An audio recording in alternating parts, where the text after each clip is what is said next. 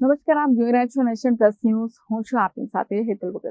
છોટાઉદેપુર જિલ્લાના અંતરિયાળ વિસ્તારોમાં સુવિધાના કામો વેગ પકડી રહ્યા છે. છોટાઉદેપુર તાલુકાના કાનામાટ કાછેલ ગામ ખાતે આની નદી પર વર્ષોથી બ્રિજની માંગ કરવામાં આવી રહી હતી, જેનો હવે સુખદ અંત આવ્યો છે. છોટાઉદેપુરના કાનામાટ કાછેલ ગામમાં આજે ઉત્સવ જેવો માહોલ જોવા મળ્યો હતો. આની નદી પર લાંબા સમયથી બ્રિજની જરૂરિયાત હતી, જે માટે સરકાર દ્વારા 5.53 કરોડ રૂપિયાની માતબર રકમ મંજૂર કરવામાં આવી છે.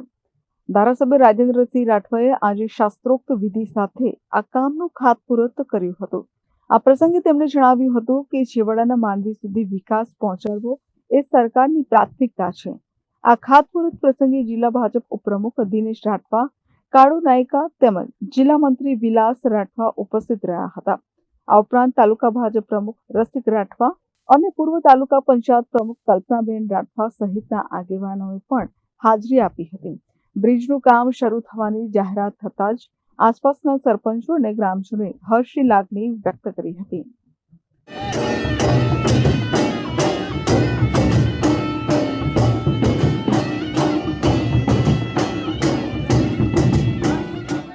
Rehan Patel, Nation Plus News, Chhota Udepur.